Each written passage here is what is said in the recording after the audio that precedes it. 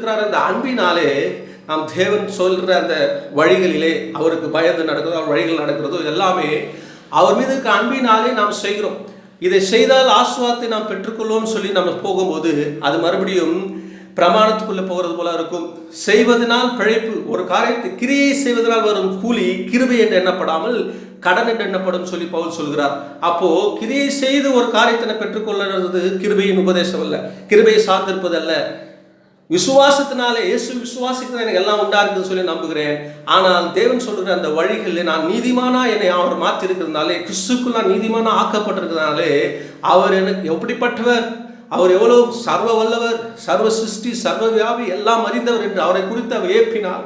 ஆச்சரியத்துக்குரிய அவரை கனத்தினால், ஒரு பயத்துக்குரிய கனத்தினாலே, அவர் மீது கனத்தினாலும் அப்படிப்பட்டவர் எனக்காய் ரத்தம் சிந்தி எனக்கு எல்லாவற்றையும் இலவசமாய் கொடுத்தாரே, என்னை மீட்டாரே என்ற அந்த அன்பினாலும் அவருடைய வழிகளை எல்லாம் நடக்கணும். அதனால தான் பவுல் சொல்கிறார், அவருடைய இரக்கங்களை முன்னிட்டு சரீரங்களை ஒப்பு கொடுக்கிறேன் சொல்றார்.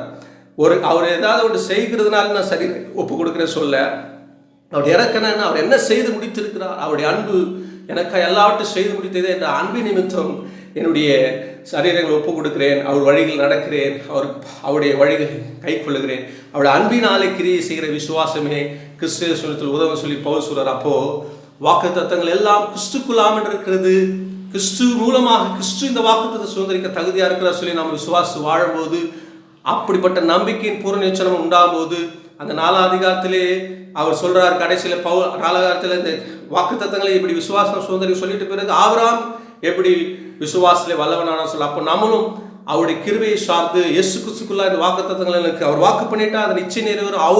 அவரே இந்த வாக்கு தகுதியார், முழு தகுதியும் அவரால் தான் உண்டாரு சொல்லி நம்பி நாம் வாழும்போது நாமளும் விசுவாச வல்லவராகி முழுநிச்சா நம்பி